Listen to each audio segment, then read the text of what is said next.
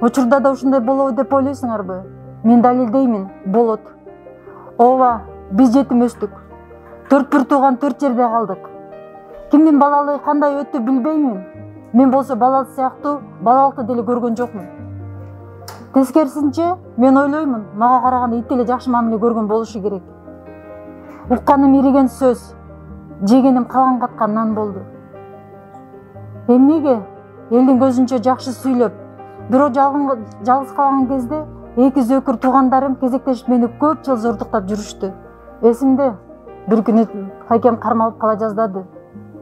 Мага карата зомбулук кылып жаткан кезинде үстүбүздөн кичинекей кызы чыкты. Силер эмне кылып жатасыңар деген суроосуна мен эжеңди кытыклап жатам деп менин бооруман чымчып. Күл деп кулагыма өктөм шыбырады. Мен коркконумдан күлүп ийдим.